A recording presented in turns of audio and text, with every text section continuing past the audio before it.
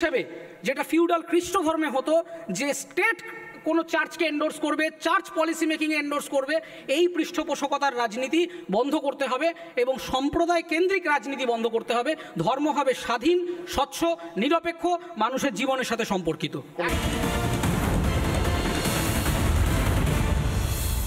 অরিত্রকে ডেকে নিই। অরিত্র এখন অব্দি একটি কথাও বলেনি। অরিত্রকে আমি পোডিয়ামে যেতে অনুরোধ করব। অরিত্র একজন অভিনেতাও বটে এবং একজন এই রাজ্যের নাগরিক হিসেবেও আমার অরিত্রের কাছে একটা আমার খুব অদ্ভুতভাবে একটা মনে প্রশ্ন জাগছে। হয়তো এতক্ষণ এই বিষয়টা নিয়ে আলোচনা হয়নি।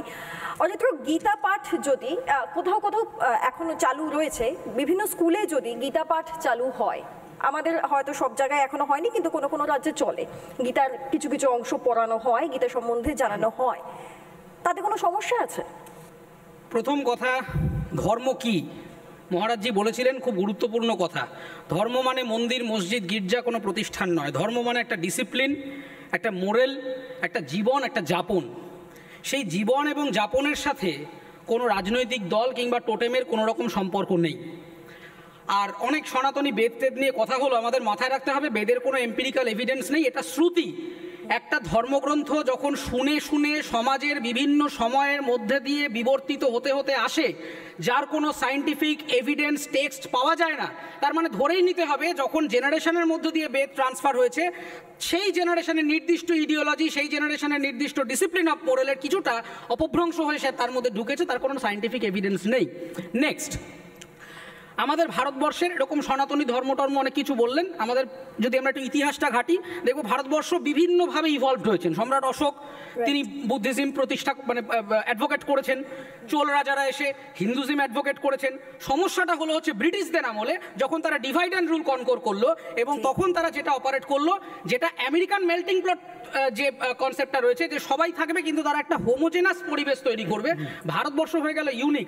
ভারতবর্ষের সংবিধান যখন তৈরি হলো, তখন বলা হলো যে এখানে সবাই থাকবে, but indifferent to each other. তারা প্রত্যেকের নিজস্ব আইডেন্টিটি নিয়ে থাকবে। ধর্ম নিয়ে কারোর কোনো আপত্তি নেই। 25 থেকে 28 নম্বর সংবিধানের ক্লজে পরিষ্কার বলা রয়েছে যে ধর্মর মধ্যে স্টেট ঢুকবে না। স্টেট সরাসরি কোনো কিছুকে এন্ডোর্স করতে পারে না, কিন্তু আমরা প্রতিনিয়ত দেখে আসছি যে স্টেট ডিরেক্টলি ধর্মকে এন্ডোর্স করছে। ধর্ম প্রত্যেকটা মানুষের মানার অধিকার আছে। মানবতা নিয়ে কথা হচ্ছে, অথচ সেই মানবতার দেশে আমরা দেখতে পাই উত্তরপ্রদেশে একজন শিডিউল কাস্ট বা শিডিউল ট্রাইব জল খেতে পারে না, জল খেলে তিনি মারা যায়। আমরা এই ভারতবর্ষে এই মানবতা কি বলে একজন মন্দিরে মুসলমান ঢুকবেন না? এই মানবতার ধর্ম কি বলে কোনো পোশাক পরে পুরীর মন্দিরে ঢোকা যাবে না, কি ড্রেস কোড হবে? তাহলে ধর্ম যখন তৈরি হচ্ছে, তার মানে এটা ধরে নিতে হবে এখানে ডিসিপ্লিনের একটা পরিবেশ তৈরি করার চেষ্টা করা হচ্ছে। এবং আমি যেটা তীব্র বিরোধী, যে state should not interfere in religious practice. Religious practice হোক না, ব্রিগেডে কালকে কোরআন পাঠ হোক, দরকার পড়লে 1000 খ্রিস্টান ঢুকে পড়ুন সেখানে গিয়ে তারা যিশুর ধর্ম প্রচার করুন, আমার কোনো আপত্তি নেই। কিন্তু স্টেট সেখানে একটা নির্দিষ্ট রাজনৈতিক দলের লোকজন বসে আছে, যে আমাদের সংবিধান রাইট টু প্র্যাকটিস রিলিজিয়ান প্রত্যেক জায়গায় বলেছে, শুধু হিন্দু নয়, মুসলমান, খ্রিস্টান, জৈন প্রত্যেকের এই অধিকার রয়েছে।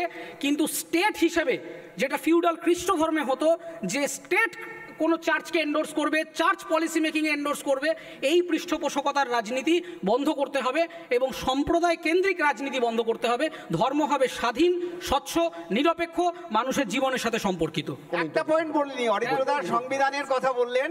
আমরা সংবিধান রক্ষা করার জন্যই গীতা পাঠের ব্যবস্থা করছি, কারণ সংবিধান, প্রথম সংবিধানের ডাইরেক্টিভ প্রিন্সিপাল যেখানে আছে, সেই পাতাটা খুলবেন, তার মাথায় যে ছবিটা আছে সেটা কৃষ্ণ অর্জুনের গীতা বলার ছবি, নন্দলাল বসুর আঁকা। তো সেটাকে যদি বাঁচাতে হয়, তাহলে গীতা পাঠের ব্যবস্থা করতে হবে। তাই মুসলমানদের মেরে ফেলতে হবে নাকি? না, খ্রিস্টানদের মেরে ফেলতে হবে। যে সংবিধানের ডকুমেন্টেশন আছে, আপনি দেখে নেবেন, সংবিধানের যেখান থেকে ডাইরেক্টিভ প্রিন্সিপাল চ্যাপ্টার শুরু হচ্ছে, তার মাথায় যে ছবি আছে, আপনি এখনো গুগল সার্চ করলে পেয়ে যাবেন, সেখানে গীতা পাঠের ছবি আছে। তাহলে আম্বেদকর, নন্দলাল বসু সবাই ভুল ছিল, যদি সেটাকে অস্বীকার করি যে ওটা সংবিধানে চলবে। আচ্ছা অরিত্র, এই যে ইন্দোনেশিয়াতে এয়ারপোর্টে নামা থেকে শুরু করে গোটা দেশটা জুড়ে রামের এত বর্ণনা, রামকে নিয়ে এত সাধনা, রামকে নিয়ে এখনো এত চর্চা, ইন্দোনেশিয়ার মুসলমানরা সব ধর্ম পরিবর্তন করে হিন্দু হয়ে গেছে? না, তাহলে বোধহয় অনির্বাণ বাবু আপনি অনেক মানুষ আপনি কেন এরকম বলছেন আমি জানি না। হিন্দুইজম থেকে কিভাবে বুদ্ধিজম এসেছে সেটাও তাহলে আপনার জানা উচিত। হিন্দু ধর্ম থেকে কিভাবে বাইফার্কেটেড হয়ে বুদ্ধিজম সাউথ এশিয়া হয়ে আমাদের পুরো সাউদার্ন এশিয়াতে বুদ্ধিজম কিভাবে প্রচারিত হয়েছে সেই ইতিহাসটা পড়লেই আপনি তার উত্তর বুঝতে পারবেন। আর প্রথম কথা, সম্পর্ক আছে অনির্বাণ বাবু। ভারতবর্ষের সামাজিক প্রেক্ষাপট আমাদের মাথায় রাখতে হবে। ভারতবর্ষের সামাজিক প্রেক্ষাপটে ধর্ম ঢুকেছে প্রফেশনাল এক্সপার্টিসকে। আজকে যে বেদ নিয়ে কথা হচ্ছে, বেদের যে চতুরাশ্রম কি নিয়ে প্রফেশনাল জাতপাতের কথা বলা হচ্ছে, সেই জাতটা কিভাবে আসছে, কে কোন কাজ করে, কে কোন ক্লাস পলিটিক্স। আমাদের এখানে ভারতবর্ষের সব থেকে বড় সমস্যা হচ্ছে কাস্ট এবং ক্লাসের সমস্যা। তার সাথে ওয়েস্টার্ন পলিটিক্সের কোনো রকম সম্পর্ক নেই। আজকে আপনি কার্ল মার্কসের কথা বললেন, দাস ক্যাপিটালের কথা বললেন। দাস ক্যাপিটাল দু ধরনের কথা বলা আছে, একদল শাসন করবে আর একদল অত্যাচারিত হবে। কিন্তু ভারতবর্ষে এই যে মিডিল ক্লাস ঢুকে রয়েছে, এই যে বড় অঙ্কের মিডিল ক্লাস ঢুকে রয়েছে, তাদেরকে নিয়ে কিন্তু আপনি কোনো কথা বললেন নাই। মিডিল ক্লাসদেরকে আপনারা ম্যানিপুলেট করছেন। মিডিল ক্লাসের মধ্যে ক্লাস ঢুকছে, কাস্ট ঢুকছে। সেই কাস্ট পলিটিক্সকে দিয়ে আপনি ওয়েস্টার্ন পলিটিক্সে কখনোই ব্যাখ্যা করতে পারবেন না। কারণ ভারতবর্ষের ইউনিকনেস এটাই যে এখানে প্রফেশনের সাথে জাত পাত শিক্ষা এবং সে কোন পরিবারের সদস্য, কোন প্রফেশন থেকে আসছে তার সাথে ডিপেন্ড করে যে সে কোন স্কুলে পড়তে পারবে, কোন ধর্ম মানতে পারবে, কি শিক্ষা অর্জন করবে, কতটা অর্থনৈতিক এক্সপোজার পাবে। সংবিধানের কথা অনেক কিছু বললো, আমি একটা খুব ছোট্ট প্রশ্ন, মুসলমানদের মেরে দেওয়ার কথাটা এখানে কোথায় এলো আমি ঠিক বুঝতে পারলাম না। গীতা পাঠের সাথে মুসলমানের মেরে দেওয়ার সম্পর্ক নেই। আপনি সিএ এর মধ্যে আছে, আপনি বলেছেন সিএ এর মধ্যে আছে। না না না, we are not the representative of কিন্তু CA। মাথায় রাখতে হবে গীতা পাঠটা শুধুমাত্র ইন্ডিপেন্ডেন্ট ইভেন্ট নয়। এত বছর ধরে কেন হয়নি? এত বছর ধরে কেন হয়নি? বছর হয়নি, অনেক কিছুই তো হয়নি, এখন তো অনেক কিছু হচ্ছে। এত বছর ধরে গীতা পাঠ কেন হয়নি? এত বছর তো আমরা ইফতার পার্টিও দেখিনি, এখন তো ইফতার পার্টিও দেখছি ঘরে ঘরে। আমরা তো কার্নিভালও দেখিনি। দুর্গা ঠাকুরকে দশমীর বিসর্জনের পরে কার্নিভাল, মা দুর্গাকে একাদশী অবধি, দ্বাদশী অবধি, ত্রয়োদশী অবধি রেখে দিয়ে তাকে নিয়ে গিয়ে কার্নিভালও তো আমরা দেখিনি। এখন তো সেটাও হচ্ছে। রাজনৈতিক পিতৃপক্ষে উদ্বোধনও আমরা দেখিনি। রাজনৈতিক নেতাদেরকে ভরপেট খাওয়া দাওয়া করে রাজনৈতিক নির্বাচনী মঞ্চ থেকে ভুলভাল চণ্ডীপাঠ করতেও শুনিনি। তো সেটাও আপনাকে বুঝতে হবে।